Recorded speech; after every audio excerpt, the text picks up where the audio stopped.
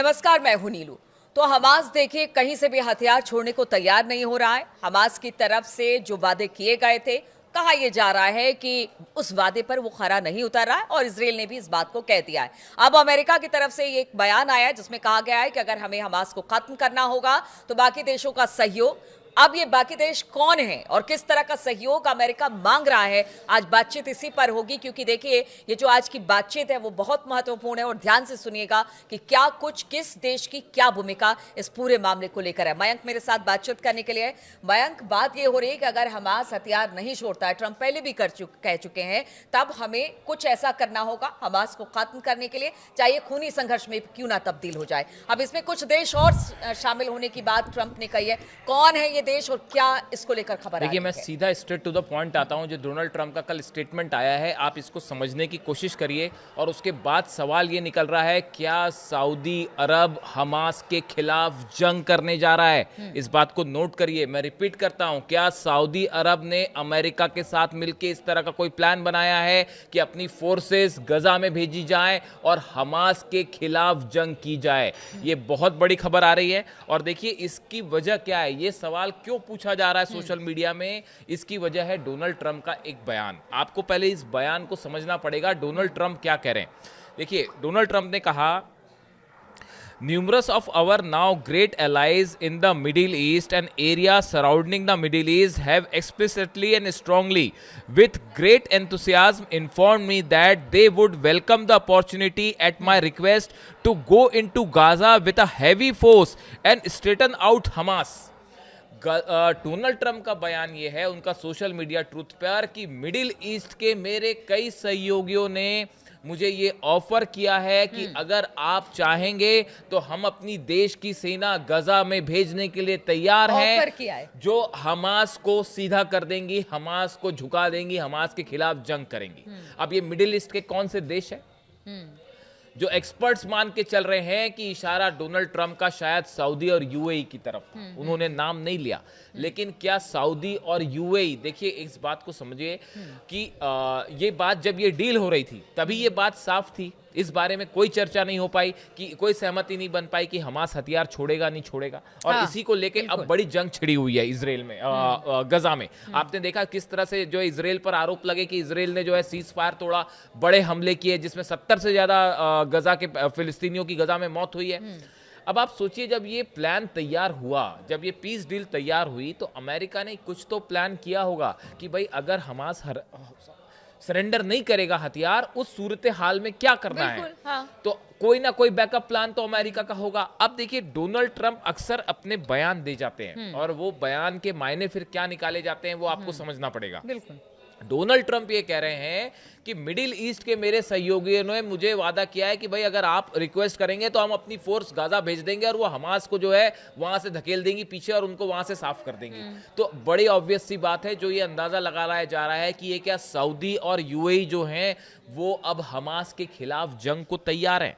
इतना ही नहीं, उन्होंने ये भी कहा, अच्छा देखिए, वो ये भी कह रहे हैं एट माई रिक्वेस्ट, यानी अगर मैं उनसे बोल दूं तो वो अपनी सेना भेजने को तैयार हो जाएंगे। एक तरफ ऑफर की बात कह रहे हैं, फिर कह रहे हैं अगर मैं रिक्वेस्ट करूं, दोनों बात कह रहे हैं। तो हाँ, दोनों बात कह रहे हैं। और उसके साथ ये भी कह रहे हैं कि भाई अगर हमास ने हथियार नहीं छोड़े तो आप देख लीजिए फिर मिडिल ईस्ट की ये कंट्रीज जो हैं, अरब कंट्रीज, वो हमले को तैयार हैं। यानी यहाँ पे ये एक नया सिनेरियो निकल के सामने आ रहा है। डोनाल्ड ट्रंप ये भी साफ कर रहे हैं कि अमेरिका की फोर्सेस गजा नहीं जाएंगी। अमेरिकी सैनिक जो है वो गजा में जाके जंग करने को तैयार नहीं है। वो शायद उसकी बड़ी वजह यह है कि पिछली बार इराक जो वॉर हुआ था और अफगानिस्तान में भी वहां इतनी बड़े संख्या में अमेरिकन सोल्जर्स की कैजुअलिटी हुई, अमेरिकन सोल्जर्स मारे गए, घायल हुए। उसके बाद अमेरिका में बड़ा गुस्सा था इस बात को लेकर कि आप दूसरे देश की जंग में अपने सैनिकों को भेजते हैं और वहां पे जाके वो मारे जाते हैं। तो उसके बाद से ये पॉलिसी शिफ्ट हुई बहुत ज्यादा कि अमेरिका दूसरी कंट्रीज में जंग में अपने सैनिक नहीं भेज रहा है, लेकिन जंग में किसके सैनिक भेजने के लिए तैयार है? सऊदी के, यूएई के और इंडोनेशिया के। तो राष्ट्रपति ने ऑफर भी किया कि ये बताइए कि अगर उन दोनों का साथ, यूएई और सऊदी का साथ मिलता है, तो मिडिल ईस्ट में किस तरह के भयंकर हालात जंग, इसके भयंकर बाद जंग। किस अगर तरह के हालात? अगर इस तरह का कोई भी प्लान है, देखिए एक बात तो साफ है, हमास हथियार नहीं छोड़ने वाला, जो हम समझ पा रहे हैं, जो बहुत सारे एक्सपर्ट समझ पा रहे हैं, क्योंकि वो कॉन्फिडेंस और विश्वास का लेवल ही नहीं है इसराइल के बीच में। जब आप आर्म्स छोड़ते हैं, ये बड़ा एक्ट होगा, एक बड़ी घटना होगी, उसके लिए आपको जो है एक बड़े स्तर पर डीप डिटेल डिस्कशन के साथ डील चाहिए, जो पुतिन कह रहे थे पहले दिन से, जो हमास भी कह रहा था, पुतिन भी कह रहे थे मतलब इस ये चीज पूरी की को। पूरी शांति डील जो होती है हवा हवाई। ईरान की तरफ से भी ये बात कही हाँ। गई, विदेश मंत्रालय की तरफ से ईरान की बात कही गई कि पहले हर मुद्दे पे अच्छे से चर्चा करिए, उसके बाद डील करिए, ताकि डील टिकाऊ हो। अब जब हर मुद्दे पे चर्चा ही नहीं हुई, सेकंड फेज पे कोई चर्चा ही नहीं है कि हथियार छोड़ना ही नहीं छोड़ना, एडमिनिस्ट्रेशन कैसे होगा, तो वहां जंग होनी तय थी, जो कि शुरू हो गई, और वो हमले हो रहे हैं। भले आपको ऐसा लगे कि एक दिन हमला होगा, फिर एक दिन सीज फायर, फिर एक दिन हमला, फिर एक सीज फायर, उसको सीज फायर हाँ, नहीं कहते। इस बीच में डोनाल्ड ट्रंप का ये कहना कि अरेबियन कंट्रीज की फोर्स वहां जाने की तैयारी है, ये बड़ा इशारा है।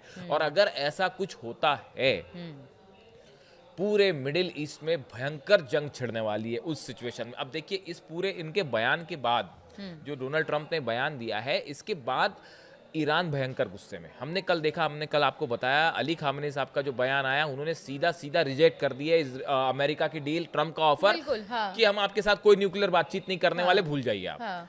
और उन्होंने नसीहत दे दी है भाई ट्रंप को कि आप अपना देखिए, आप दूसरे। अब नया जो बयान आया है, वो बयान ये कह रहा है, उसमें अली खामेनी साहब का जो सोशल मीडिया हैंडल है, उस पर जो बयान आया है, उन्होंने सीधा सीधा ट्रंप की कैपेबिलिटी पर सवाल उठा दिया है। और ये इनका आज का नया बयान है, मैं कल की बात नहीं कर रहा हूं। अली खामेनी साहब का नया बयान जो है, आप सोशल मीडिया पे जाके उनके चेक कर लीजिए, उस पे बयान है। देखिए, in statement on X, Khamenei raise doubts over the US leader's capability, saying if he is capable, Trump should curb the resistance brewing against him in America. उन्होंने कहा है, ये अमेरिका में जो नो किंग प्रोटेस्ट हो रहा है, और जिसमें करोड़ों लोग सड़कों पर आ गए हैं, जो ट्रंप के खिलाफ विरोध कर रहे हैं, कह रहे हैं भैया अगर आपको संभालना है, आप अपना देश संभालिए, आप दूसरे देशों में इंटरफियर क्यों कर रहे हैं। ये कहना है अली खामेनी साहब का। देखिए, उन्होंने कहा, According to the report, 7 million people are chanting slogans against the individual in different states across America. Individual का कहने का मतलब है Trump. If you are that capable, calm them down and send them back to their resistance. अगर आप वाकई सक्षम नेता हैं, तो आप अमेरिका के अपने लोगों को शांत करिए और उनको उनके घर वापस भेज दीजिए। And don't interfere in the affairs of other countries. और दूसरे देशों में आप हस्तक्षेप करना छोड़ दीजिए, ईरान में हस्तक्षेप करना छोड़ दीजिए, आप अपने अमेरिका को संभालिए। ये कहना है अली खामेनी साहब का, जो उन्होंने लिखा है। और he also shared the snapshot from no king protest around the different states. America में जो अलग अलग प्रोटेस्ट हो रहे हैं, नो किंग प्रोटेस्ट जो ट्रंप के खिलाफ हो रहे हैं, उसकी फोटो भी अली खामेनी साहब ने शेयर की है। देखिए, 2700 से ज्यादा जगहों पर जो है अमेरिका में ये प्रोटेस्ट हुआ है, और जिसमें जो है आप देख लीजिए, कोई शहर ऐसा नहीं बचा।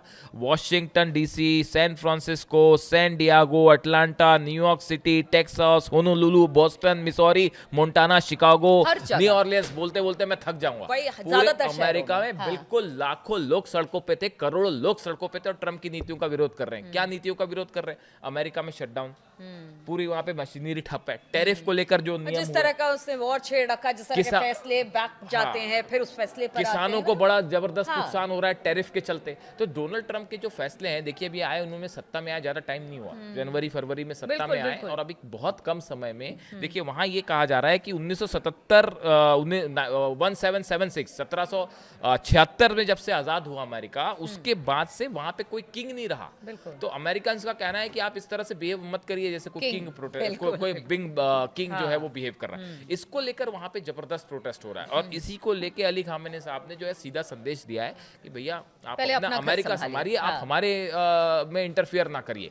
और जहां तक ये सऊदी वाली बात है, देखिए ये बहुत गंभीर मामला है। अगर वाकई ऐसा है कि कोई बैकअप प्लान था इस तरह का, या है भी, अगर मान लीजिए हमारा सरेंडर नहीं करेगा तो क्या होगा? क्या इजराइल जो है वो अकेले उसको हैंडल कर लेगा मैटर को? और अगर इतना बड़ा वहां पे जिनोसाइड होगा तो क्या ईरान उसमें इंटरफेयर नहीं करेगा? ईरान ने ऑलरेडी अपनी 2 मिसाइल्स का जो वीडियो जारी किया, वो सीधा संदेश माना गया इजराइल का, वो कद्र और इमाद जो 2 मिसाइल्स आपस में ही लड़ाने की बात हो गई। अब मिडिल ईस्ट में हलचल मतलब इसके बाद बढ़ जाएगी, और आपस में ही इस बयान के ऐसा बाद से होता है, अगर कोई ऐसी सिचुएशन बनती है कि सऊदी अरब अपनी फोर्सेस भेजता है ट्रंप के कहने में, अगर ऐसा होता है जो ट्रंप इशारा कर रहे हैं, तो आप देखिए मिडिल ईस्ट में एक बार फिर ईरान वर्सेस ऑल होने वाला है और ईरान की तरफ से बड़ी जंग की शुरुआत हो सकती है अगर इस तरह से अरेबियन कंट्रीज ये अपनी फोर्सेस भेजती हैं या इस तरह की कोई बात होती है गजा में, तो हालात बिगड़ सकते हैं और मिडिल ईस्ट में नई जंग हो सकती है। बिल्कुल हालात बिगड़ सकते हैं। अब ट्रंप यूएई और सऊदी अरब को हमास के खात्मे के लिए रिक्वेस्ट कर रहे हैं, ऑफर दे रहे हैं, बहुत सारी बातें हैं। ये